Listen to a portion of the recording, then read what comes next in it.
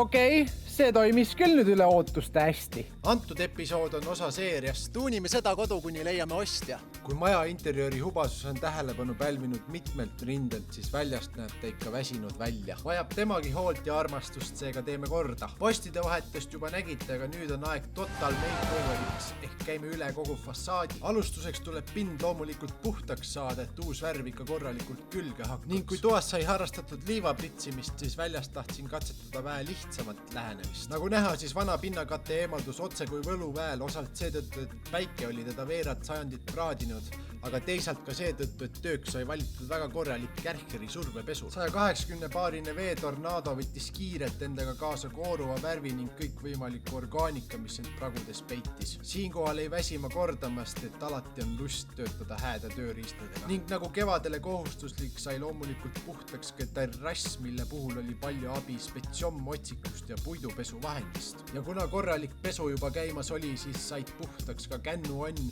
saun, murutraktor ja kõik muu, mis majapidamises pesu vajas. Ning proua suureks heameeleks ka vaip, mille peal kasutasin seda sama terrassipesu otsik. Kokkuvõttes ütleks, et ettevõtmine oli väga edukas ja nüüd ei jää muud üle, kui oodata maja kuivamist, et seejärel värvida. Tänud vaatamast ja näeme juba järgmises osas.